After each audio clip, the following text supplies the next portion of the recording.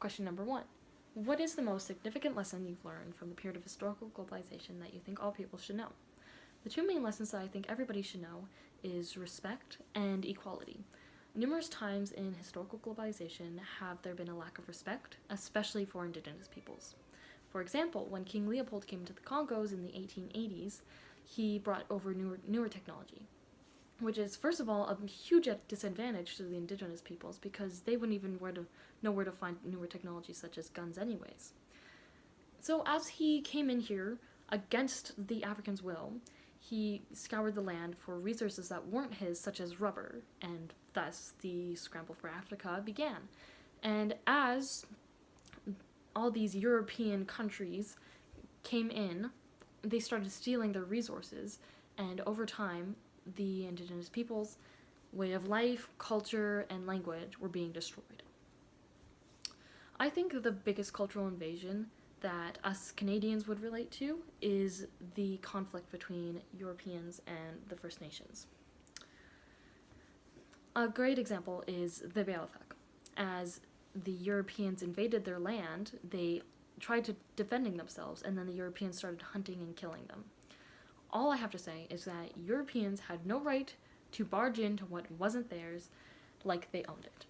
So maybe as destruction and conflict happens globally in the present and the future, maybe we can learn from our past mistakes and respect one another and their land and all their resources that come with the people.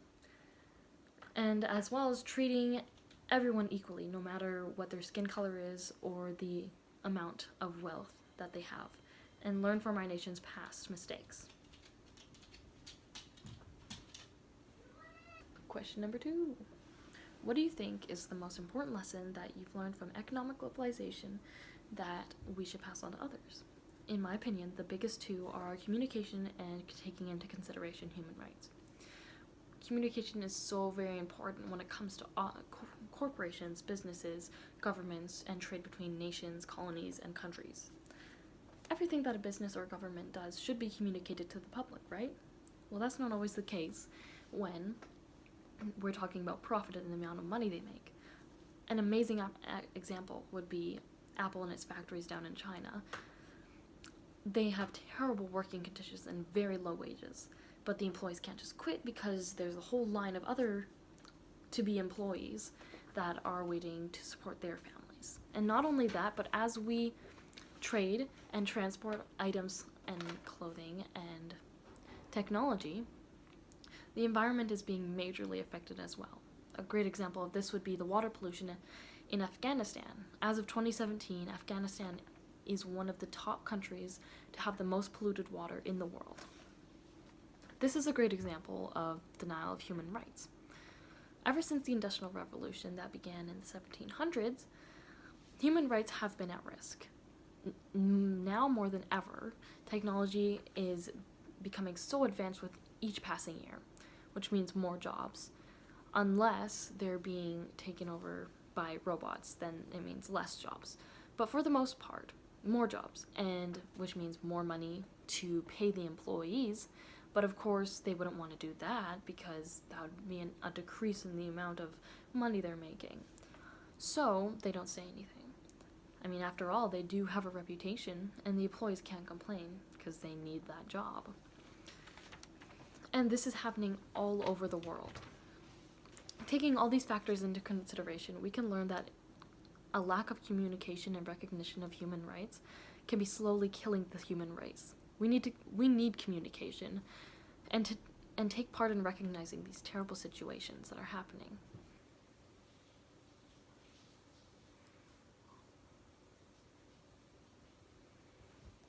Question number 3. What did you learn about yourself as you studied globalization? Well, before I came into grade 10 social, I lived my life in oblivion. I had no idea how much of a big deal current events were that are happening as of today, and how directly they would affect me and my future. Because of this course, I feel as though my worldview is changing into something that I own. Before, I kind of just pulled opinions and thoughts off of other people's. But I think the point where I really started to dwell on the bigger picture and dig deep into to find those little problems that we overlook, when we started when we touched on the subject of modern globalization of technology.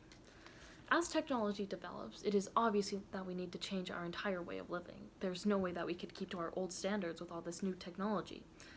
100 years ago, it wasn't even close to what it is now, which is mind-blowing, but we can practically snap our fingers, and a cheap item of clothing that we bought has been through this entire process is purchased and delivered right to our door. Technology is certainly making a positive contribution to the human race, but with all good things there are consequences. And I do believe that one of these consequences is techno-isolation. I am positive that technology is pulling us apart more than it is connecting us. Society isn't as interactive as it used to be, and it's affecting our global community. It had never occurred to me that most developing countries such as India had access to this technology. I guess I never thought of it before. I also learned the disturbing truth of what happens when in these factories that these developing countries are usually a part in, with jobs and such, when creating luxuries for people in wealthier countries. I know that jobs are not only scarce, but they are completely different than they are in Canada. The amount of labor, the hours spent, and what they are paid are completely unfair. So maybe, no, not maybe, we are taking things for granted. It's clear to me now that change needs to happen. Now, I'm not going to go on like a huge protest or a strike or anything, but I am going to raise awareness for human rights in poorer countries. And I decided to do that through social media, made me make a good use of it instead of going on my phone. In fact, when I looked on my phone, I found that the top four were ranked Instagram as first, Snapchat as second, YouTube as third, and music as fourth. And all the way down at the bottom was Google, where I used it in social to search up countries, which basically means, in my opinion, so that although the government has apologized, it's not enough. Before we can move towards a better relationship with Aboriginals, we must acknowledge past conflicts and issues. Overall, I truly believe that Blackfoot culture is beautiful, and having John in our social class and teaching us that everything depends on one another and is balanced, and it was just a great opportunity, and I think everyone should have that chance.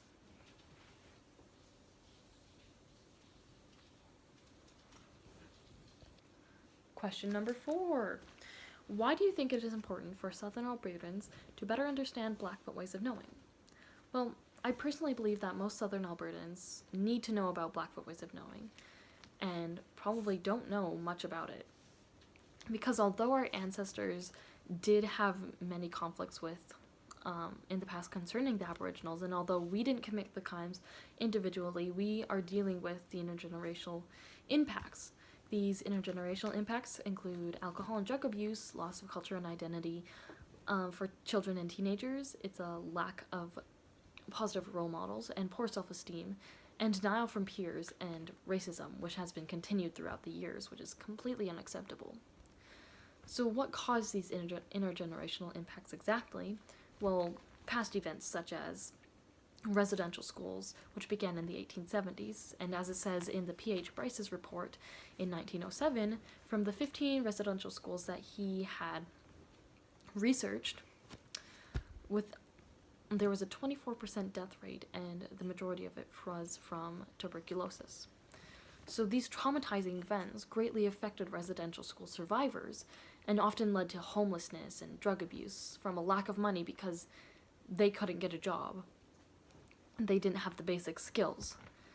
So following closely after the schools began, Europeans created the Indian Act, created in 1876, which denied First Nation Woodham status, introduced reserves, forbade them to speak their native language, as well as practicing their culture, as well as forbidding them to practice their culture, and denied their right to vote, which is completely unacceptable.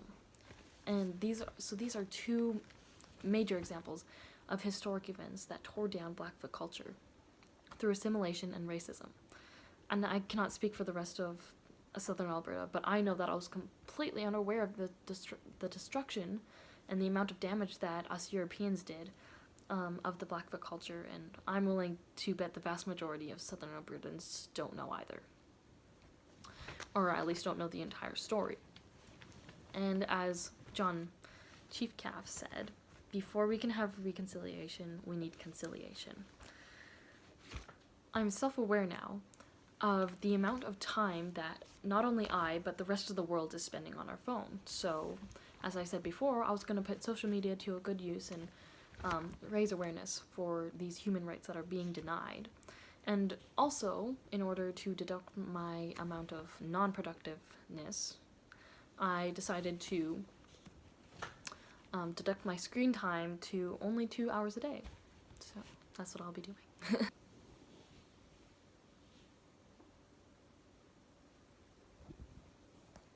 Question number 5. From what you've learned, what advice would you give yourself to strengthen your learning in your next social studies course? Well, I learned for myself that I learn best by taking other people's opinions into consideration to form my own. But I did notice that some defaults in my learning were paying attention when reading a large paragraph. I feel my eyes wander. So, maybe to prevent that, I will start reading in smaller sections and taking breaks to refresh my eyes.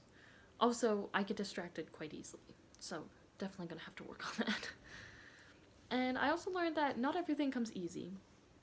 In fact, very few things come naturally, and it's all a learning process, and you have to work hard. And I know I've been told that my entire life, but I realize it. So,